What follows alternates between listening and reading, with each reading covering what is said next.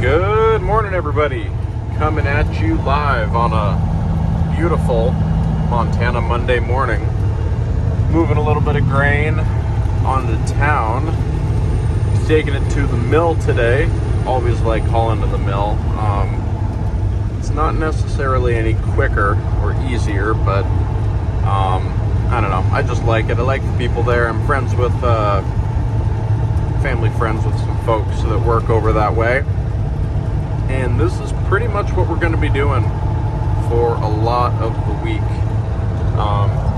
We've got fertilizer coming in to the place we buy it from by rail car today, maybe tomorrow, not really sure. And then we've got going to be picking up some seed today. Give me a minute. I got to hit this corner up here. So anyway, back to what I was saying. We're going to be getting spring crop seed today, fertilizer for all of our top dressing liquid pretty soon, hopefully today, maybe tomorrow. And then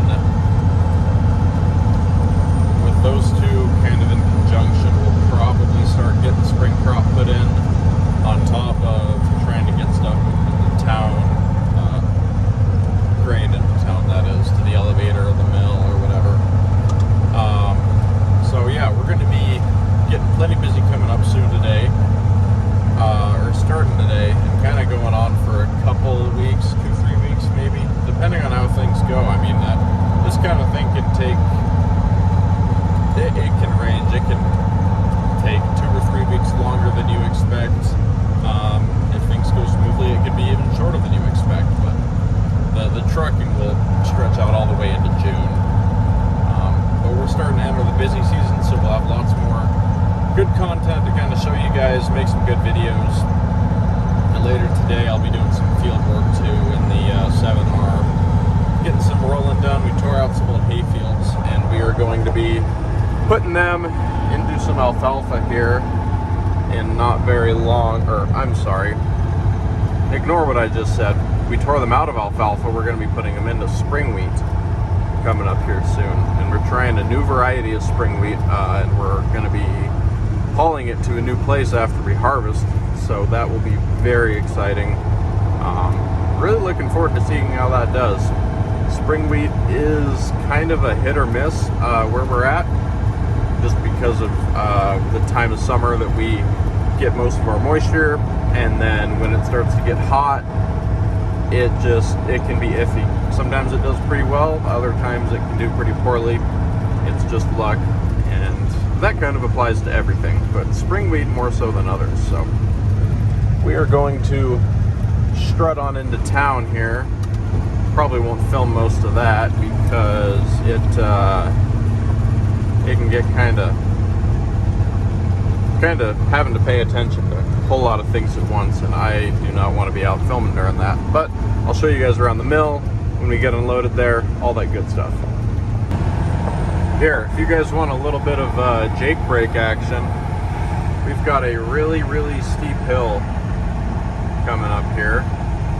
So what better place to do it? Let's hit it.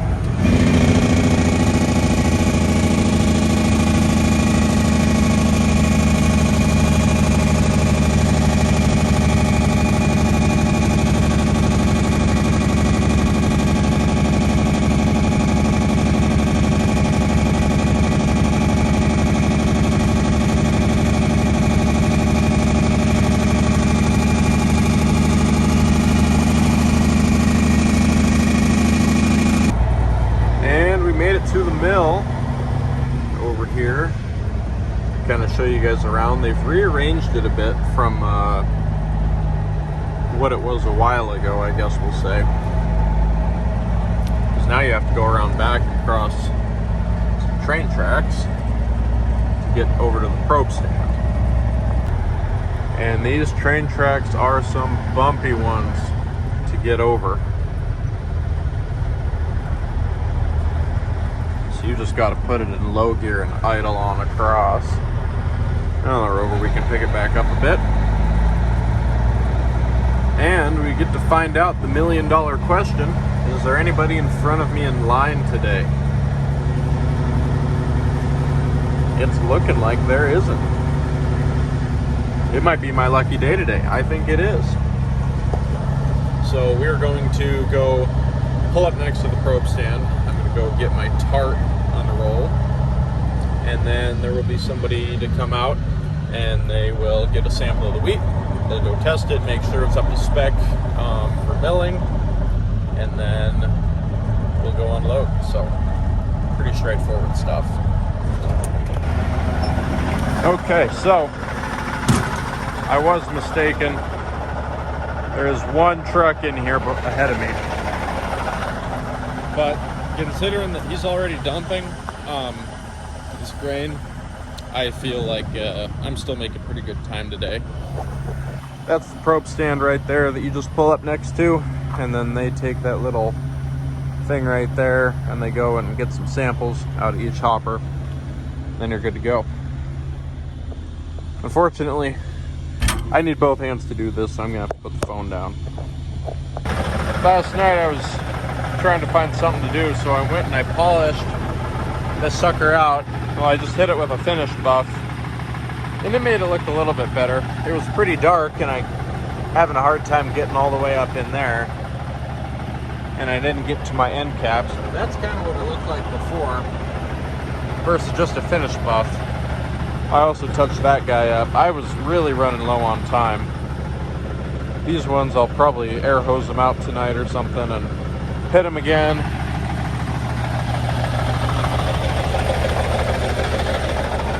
But the herd bumper doesn't look too bad.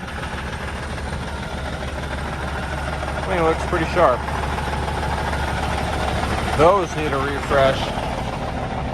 That's what the tanks looked like before. Pretty just chopped up by hard water and all that. And that one. These ones are gonna need some love as well. All in time.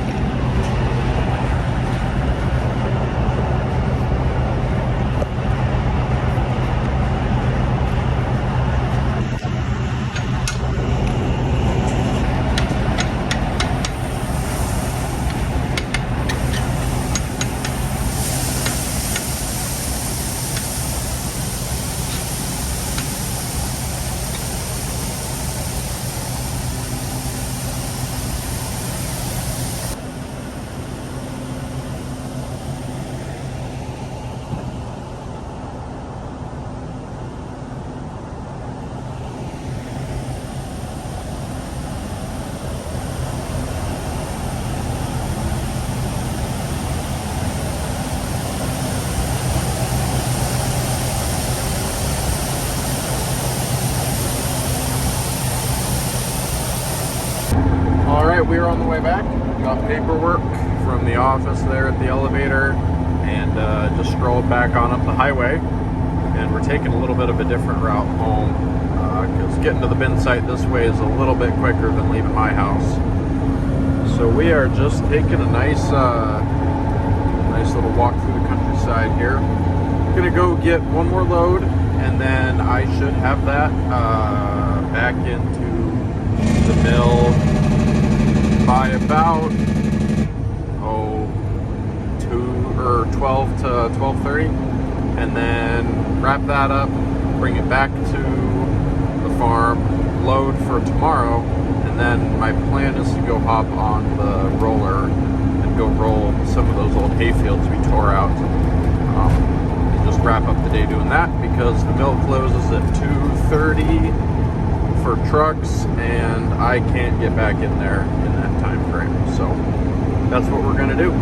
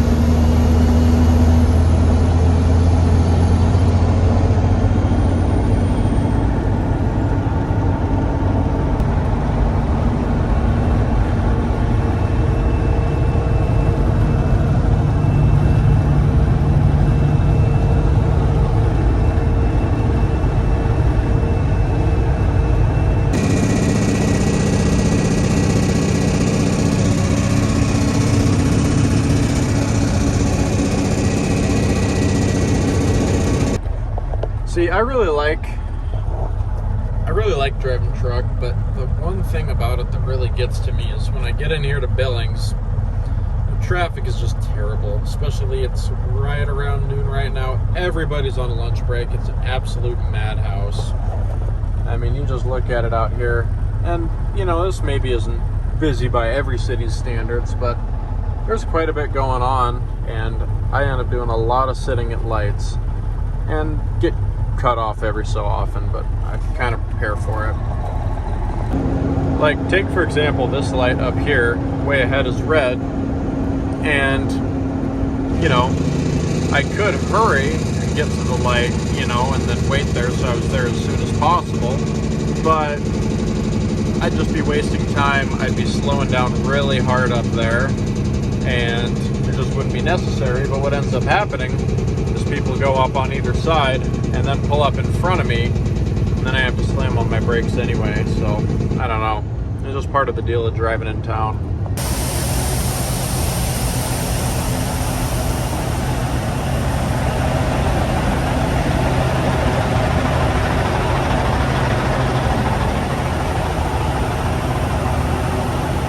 Looking good, and we are all ready to rock and roll. Let's get out of here, get home, go do some rolling.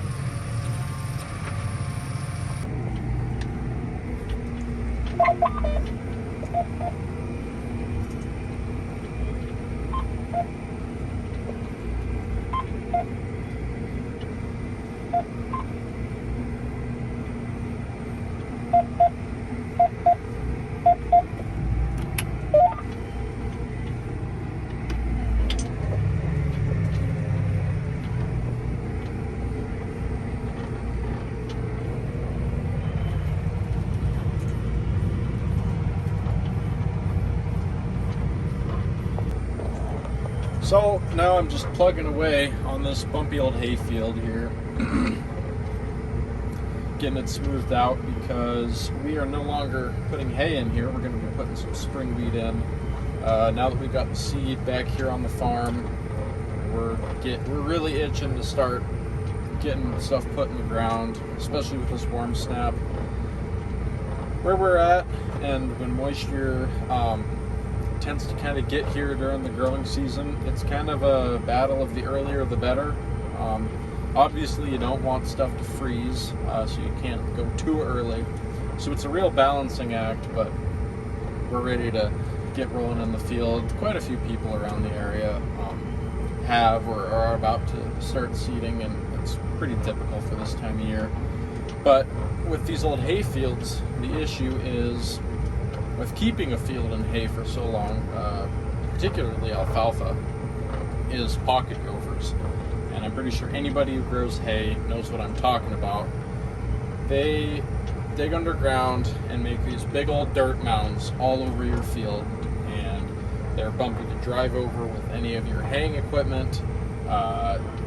It's hard on header knives when you're swathing the hay.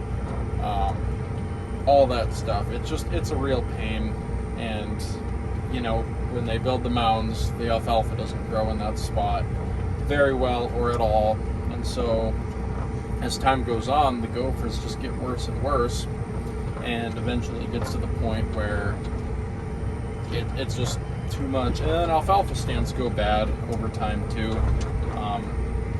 They kind of lose their vigor a little bit when they get about 4 or 5 years old. You can kind of stretch them a little bit longer if you want to, depending on how much water you have. But we're going and taking this bunch out. Some of this stuff here was a little bit too wet when we disked it up. But that stuff back there, the ways you can see, we did hit it with the disc, and so we're gonna spray all of it out anyway, because as I was saying before my battery warning came on, we're going to spray it out because if you can see, there's a little bit of green hanging out in there, and we want to get all of that done away with. Alfalfa is pretty hardy, so even if you disc it up, it can still come back in small patches. So we're going to go work on that. I've got, you can kind of see from there to the edge of what's been tilled up. This is what's been done so far. And then I've just got a little ways over. I'd say I'm about halfway across the field, maybe a little more, but it also, the edge kind of starts tailing off when you get down there, so the passes get shorter and shorter as you go. And then we've also got some bottom land way off. You can kind of see some of it all tilled up there that I might get to tonight. Depends on how dark it is. I don't really feel like I'm under enough of a time crunch for it to be really worth going and making headlands and all that in the dark just to say I did. Probably just not worth it. We'll see. All depends on how much light I have and what I feel like when that time comes around. But for now, I'm just going to get this all smoothed out best I can. That's part of why we've got a small roller on the tractor here, because this one here is actually entirely full of water, so it can really kind of pack down the best. And I guess I don't really know about the bigger, multiplex, whether it's a 3 or a 5. I think that they make 7-plex rollers. I'm not sure about that. I'm not sure the biggest roller they make, but I don't think that you can really get those quite as heavy. I think they're just a little bit too much of a pull, but I can't say that for sure. I'm just not very familiar with them. With this one that we're using, it does a good job, and we don't really have that many acres to cover to really make it that much of a disadvantage, just because of how narrow it is. If we were, say we had a different type of drill and we did a lot more pulse crops and we had to roll all of our pulse crops, then something like this would be really too small, but you also don't need as heavy of a roller. So this one's kind of a hayfield specific one, I guess you could say, or just small fields. So it does what we need it to. And yeah, so we're just gonna roll our lives away and see how much of this we can get done tonight before I decide to go in and go home. Yeah.